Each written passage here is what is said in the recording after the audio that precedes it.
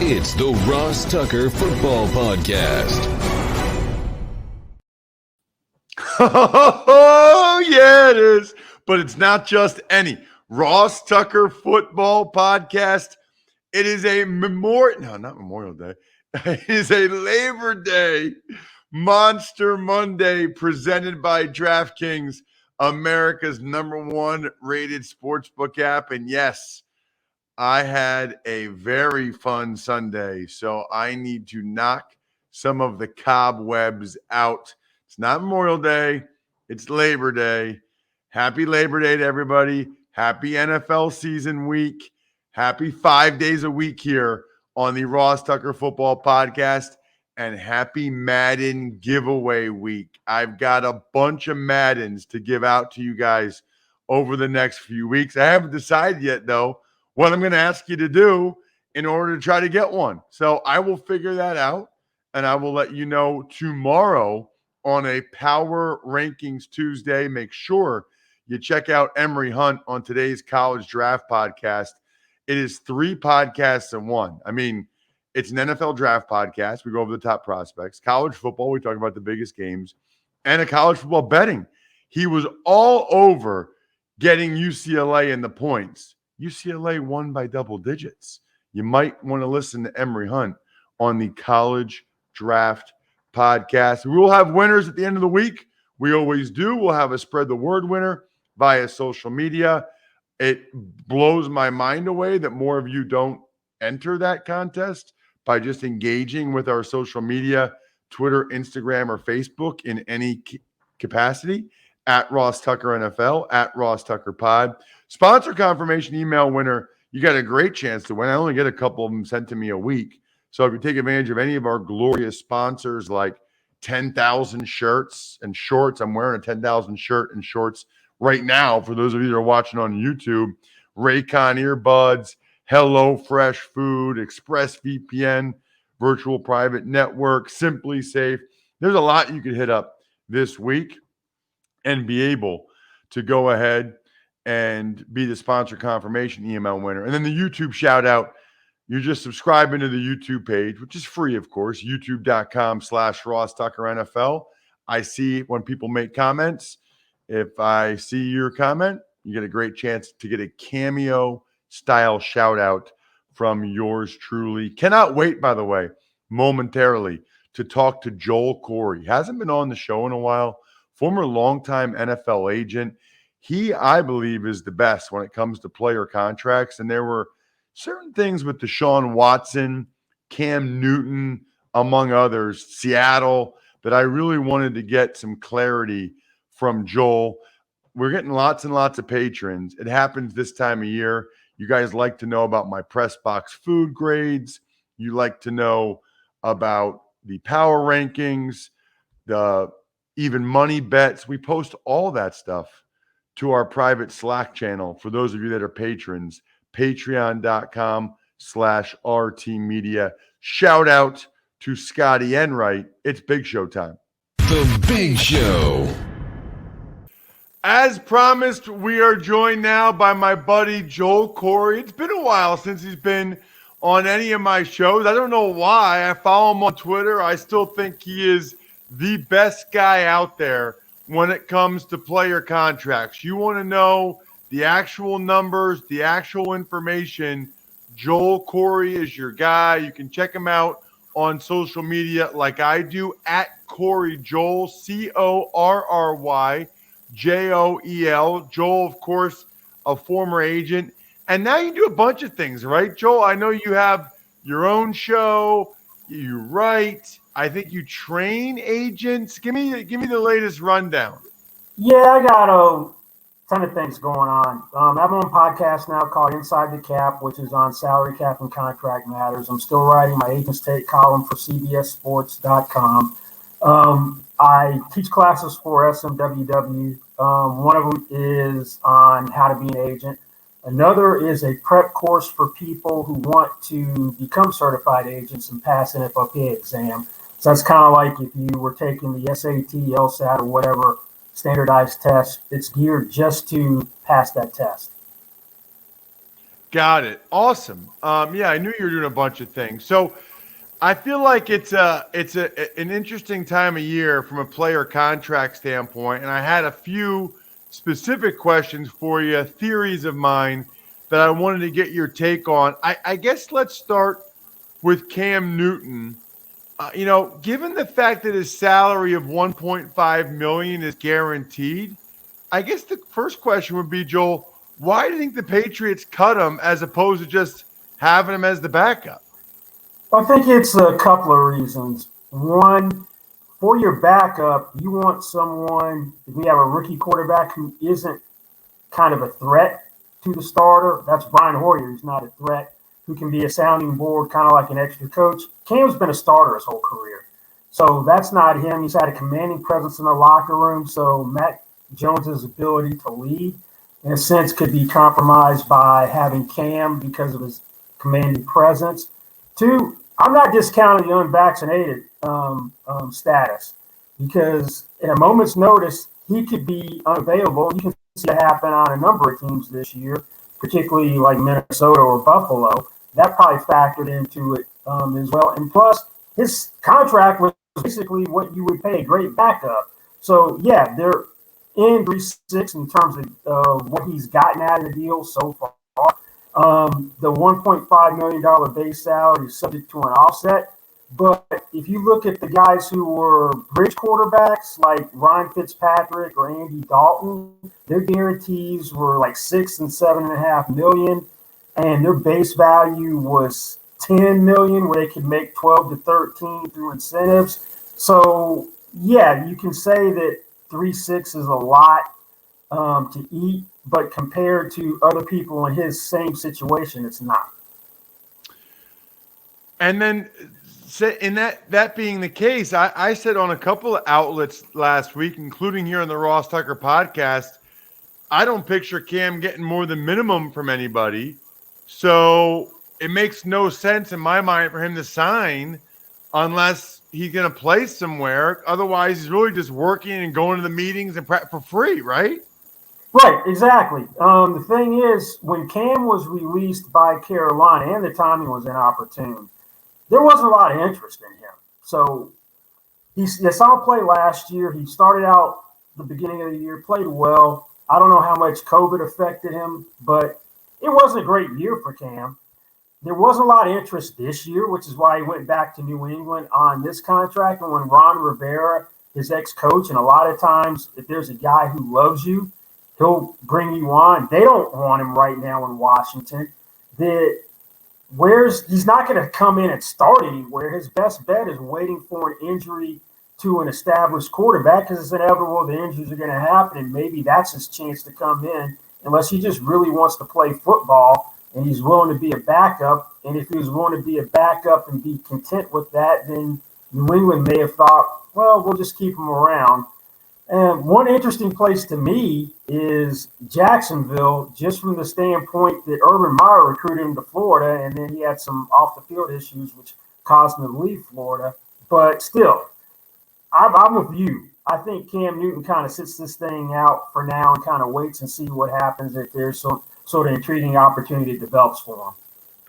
All right. While we're on the case of quarterbacks, I got a lot to ask you about as it relates to Deshaun Watson, okay?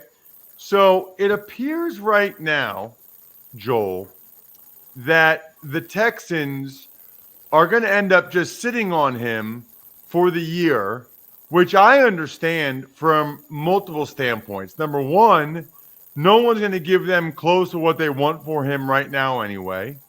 And number two, if you trade him now to the Dolphins or somewhere else, then the draft picks you get back are going to be worse because you're going to help him win a bunch of games. So that part of it I understand. I think it's crazy his salary's only, quote unquote, only $10.5 million this year. Here's my thing though, okay? If the Texans are prepared to just have him be inactive every week and pay him the 10.5 to just keep the asset to be able to trade this offseason, from a financial standpoint, why don't they just tell him he has to play? Why don't they just be like, no, you're playing, and if he refuses, just start taking some of that 10.5 that they owe him. I mean, I guess I don't see what the downside is there, Joel. How much can they fine him? Because he obviously doesn't want to play for them, but they don't want him to play anyway. But they can just say you have to play, and either he plays or they can take off a lot of the money that they owe him this year. Well, if they just don't want to put him on ice, and it's essentially the same thing as being, I guess, unofficially on the commissioner's exempt list, they could make him a scout team quarterback each week if they wanted to. If he didn't want to do that, then the big fine would be for conduct detrimental. And now there's progressive discipline under the CBA, where the first offense is 40%, the second offense is 70%, and the third percent is 100%. Or you can just warn the guy a couple of times to get to the 100%. And the max fine for conduct detrimental is a 1 week's fine of salary and or suspension of 4 weeks. So it'd basically be on ice for 4 weeks without pay and lose 5 weeks of salary, which for him would be about $3 million. But I think this is kind of a wink and nod agreement where we don't want you to play, you don't want to play, and we'll just pay you, just don't make any waves. I agree with that.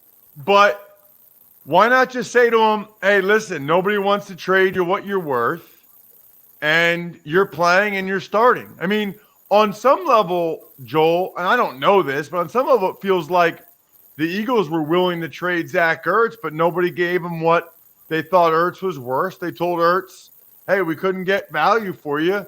You're playing. If I'm the Texans, unless they don't want him to play from like a, PR standpoint with the allegations against him, they don't want him out there. And they don't want him out there if everybody knows he doesn't want to be there. Like, I understand that. But I guess you know me, Joel, even though I'm a former player, I can be pretty cutthroat. I'd be like, dude, you're playing. And if he didn't, I'd find him the max amount. Because if I'm already going to wait till the end of the year and trade him anyway, I'd rather pay him as little of that $10.5 million as I can. He's the one that got in trouble, and he's the one that doesn't want to be here. Yeah, I think most teams would probably approach it that way, but consider what team we're talking about, the Texans. I know Nick Casario is the new GM, but is he really the one who is the main power broker? Because the reason why Deshaun Watson is unhappy is, first, he was promised to have input in who was going to be GM and coach, and then Jack Easterby kind of usurped the process, and none of his suggestions were given real consideration. So if it's a Jack Easterby show, then hey, what do you expect given his history? But yeah, you make a valid point there. And I can't imagine Bill Belichick in this situation. But hey, we're fine with you just chilling for the year. Bill Belichick would be like, you're playing. Yeah, I mean, that's how I would handle it. How would you handle, Joel, what's going on in Seattle? Now, you and I are recording this a couple of days earlier because of the Labor Day holiday, so who knows what happens, next couple of days. But, first it was Jamal Adams. Now it's Dwayne Brown and Quandre Diggs.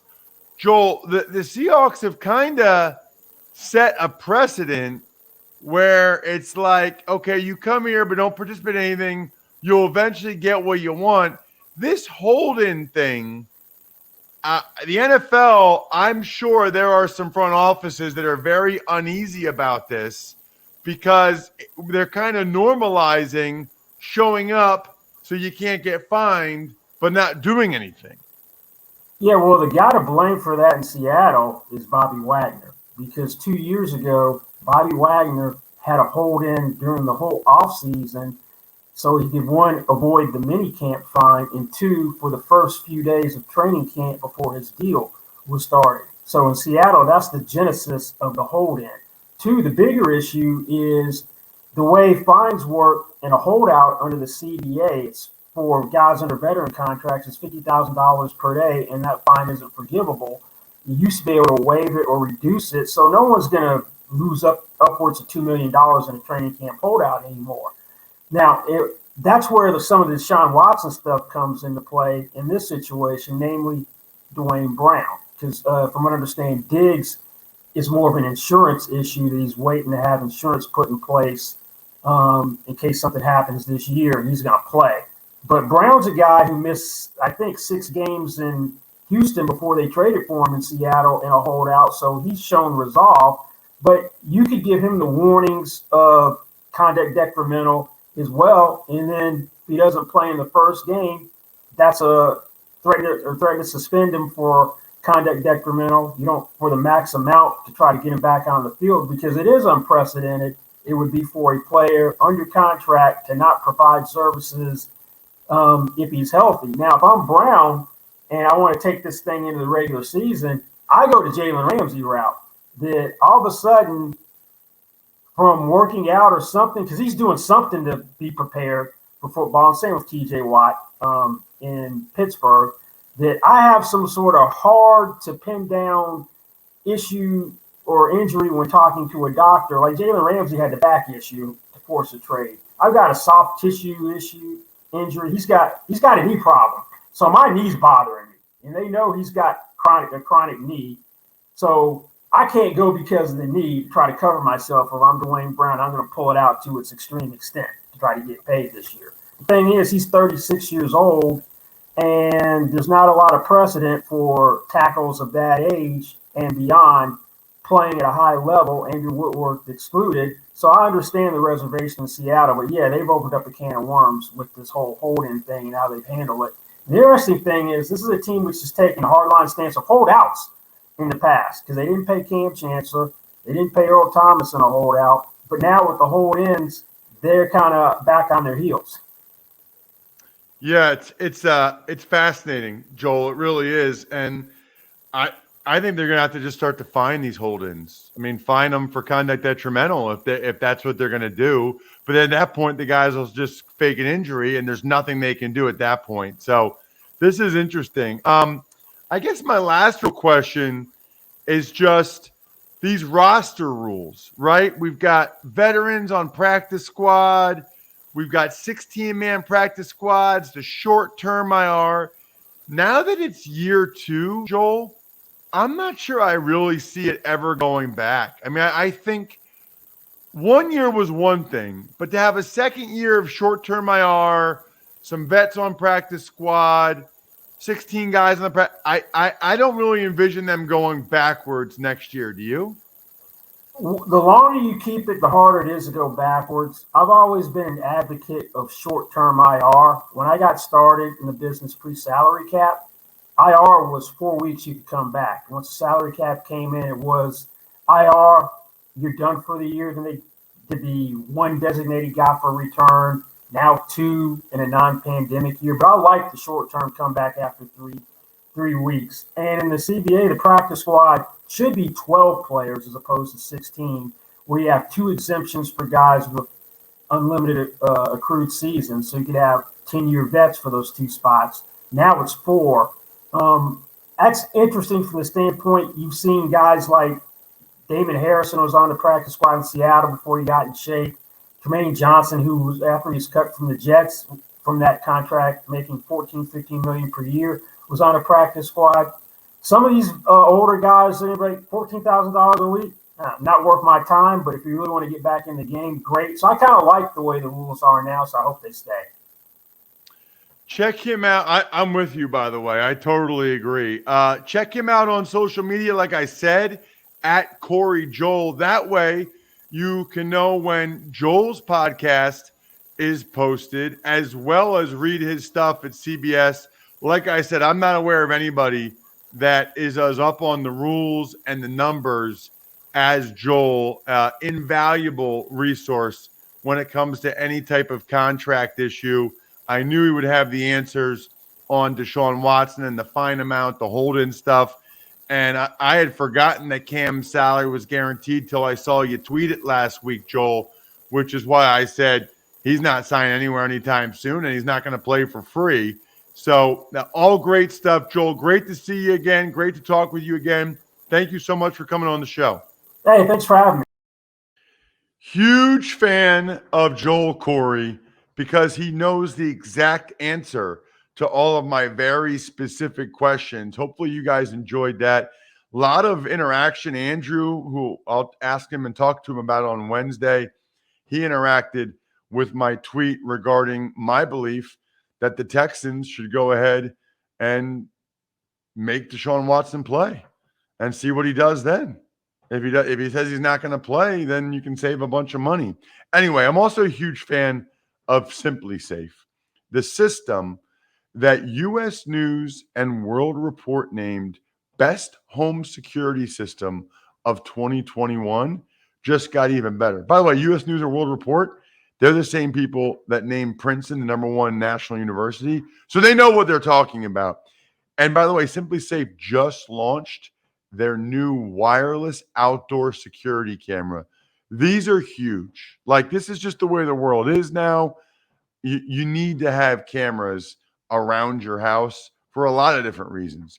This brand new wireless outdoor security system is engineered with all the advanced tech and security features you want and need. Ultra wide, 1080p HD. It's amazing. To learn more about the exciting new Simply Safe wireless outdoor security camera, visit simplysafe.com/Tucker. What's more, Simply Safe is celebrating this new camera by offering 20% off your entire new system and your first month of monitoring service free when you enroll in interactive monitoring. Again, that's simplysafe.com/Tucker. Tuck's Takes. Hey, Ross, happy Labor Day. Let's start today. The big news out of Dallas. All-Pro right guard Zach Martin testing positive for COVID, so he is out for Thursday night's opener against Tampa Bay. So this is interesting, Bri, on a couple different levels. Now, number one, I have said that this would impact a lot of games this year, and we already see the first game it's impacting. Now, my point had been more that vaccination status is going to impact some games because of the close contact and because of the differences of the NFL rules. I believe Zach Martin is vaccinated. I don't know that, I guess, but there have been what they call breakthrough cases, and there are going to be more. And it's interesting, Bri, just as we started to record this morning, Field Yates said that the Dolphins have put starting left tackle Austin Jackson and tight end Adam Shaheen on the reserve COVID list. Now, I know Shaheen has been very outspoken about not wanting to get vaccinated, so I don't know if he tested positive or he's just a close contact or what. But I know that, a lot of these college players, a lot of these NFL guys went away for Labor Day weekend. They went back to see their college play or their high school or whatever. And I think, they hung out, they were social. I think a lot of these NFL teams are very nervous about, guys testing positive, whether they're vaccinated or not. I think they're worried about it. So could be a lot of news the next couple of days. We, of course, will be all over it, especially since we are daily now. Tuck's Takes. The Jets wide receiver Jamison Crowder also testing positive, and the Bucs coach Bruce Arians announced that his entire organization 100% vaccinated. Well, that's kind of like I said with the Falcons. That's a competitive advantage. It's a competitive advantage because people are less likely to test positive, less likely to transmit it, less likely to have symptoms. We know all those three things.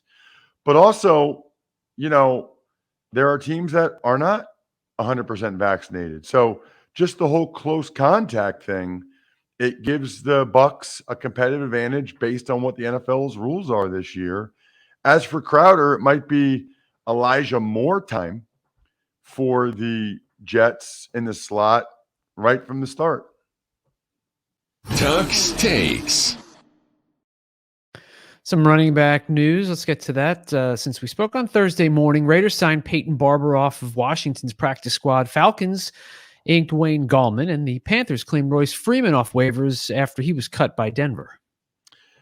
Kind of interesting, right? Because everybody's always making the case that running backs aren't that important. I don't know if this makes the case. I don't know if this reinforces that or not, right?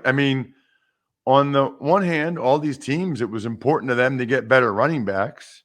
So it's a priority to them. They're about to play a season. They want to make sure they got a good backup and a good third string guy.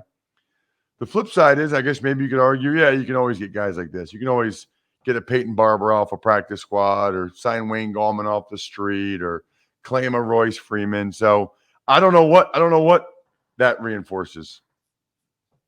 Tuck's Takes. Other moves. Cornerback Josh Norman signing with the 49ers. Linebacker KJ Wright goes to the Raiders. And Steelers trading a 2023 fifth-round pick to Seattle for cornerback Khalil Witherspoon. Josh Norman and KJ Wright didn't even have to go to training camp. I mean, these guys did it right. Don't go to training camp. Miss the worst 6 weeks of the year. The worst 6 weeks of the job without missing really any money. You get like $1,500 a week or something for training camp. And as of Sunday, their salaries will be fully guaranteed. That is how you do it. Josh Norman and KJ Wright. And by the way, that's the type of thing you guys wouldn't hear other people talking about elsewhere, but that's the player's perspective that you get here on my show, which is these guys are geniuses. They just skipped all of training camp and they still are going to get paid for every week when you get your salary, and it's fully guaranteed. As for Witherspoon, fifth-round pick is that's decently high for the Steelers. So clearly they still felt like they had a need there. Tuck's Takes. Sad news out of Pittsburgh. Longtime lineman and color analyst Tunch Ilkin passed away at the age of 63 after a battle with ALS. Yeah, this hurts. This hurts real bad on multiple levels. I knew Tunch very well. He actually came up to Buffalo when I was a player and taught us about the Tunch punch, which was how to use your hands violently, which he was really good at. And then anytime I went to a Steelers game to broadcast it, I would always talk with Tunch. Just a wonderful man, wonderful human being. Now that I'm 42, 63 feels way too young. And, anytime any former player has any issues with ALS, anything like that, that hits home for me. And especially when it's someone that I would say we were friends. I didn't have his phone number or anything. So that hurts. Thoughts and prayers, of course, with Tunch and his family. No easy transition to me telling you guys about what I told you earlier, which is that 10,000, I'm a huge fan of their 7-inch interval short with the liner and their versatile shirt. I'm literally wearing both right now. I wore their 7-inch interval shorts yesterday when I got after it in every way. There was many daddy sodas, which is why I'm knocking the cobwebs out. There was a lot of food. You guys got to check out my social media at Ross Tucker NFL, in particular Twitter. You can see the chicken I ate. You can see what I was drinking. And let's just put it this way. Yesterday, I was 253 when I woke up in the morning. Today, 262. Gained 9 pounds yesterday. And I think it's probably evenly spread between the food and the beverages. Now, I know a lot of it's water weight and a lot of it's like the sodium or whatever, but it like literally that I can have a big day like that, big day and night, and gain that much weight. What am I even talking about right now? I'm supposed to be talking about 10,000 shorts and shirts. Here's what matters, okay? Here's where it comes in. I love them. I love them both. Perfect workout shirt, lightweight, breathable, durable. I might have been involved in a lot of outdoor drinking games yesterday, and I literally wanted to be mobile. Like I wanted to be able to run around, to move, to be flexible. So I went 10,000. Like that was ever since I heard about them and I've started wearing their stuff, I was like, nope, that's what I'm wearing. If I really need to be, look at this shirt. Look how like stretchy this shirt is. For those of you that watch on YouTube, youtube.com/Ross Tucker NFL. And right now, by the way, 10,000 is offering our listeners, that would be you, 15% off your purchase. Go to 10,000.cc and enter code Ross Tucker to receive 15% off your purchase. That is 10,000.cc and enter code Ross Tucker. I should mention, Bri, I should have been doing this, frankly, for the Eagles preseason games. I talk about it on social media, but I need to go over my press box food with you guys here. I did the Holy Cross at UConn game on Saturday. Very entertaining game. We had a defensive tackle score a touchdown. Holy Cross, huge win for their program, their league. Very entertaining. I was very impressed by UConn Stadium, UConn's field. Very impressed by their press box food. I mean, first of all, they had breakfast sandwiches, sausage, egg, and cheese, and bacon, egg, and cheese. I may have had 2 sausage, egg, and cheese sandwiches. They also had like assorted donuts and bagels, which was awesome. Then that was breakfast. For lunch, they had pulled pork sandwich, brisket sandwich, mac and cheese. Here's the thing, though. They had already made the sandwiches for you, and they had them in their own little containers. So like in little boxes, like a to-go box. So you're just like, oh, I'll take this, I'll take that. Like you didn't have to, no putting it together. It was already put together for you. And I loved it. I mean, I'm going to give them an A.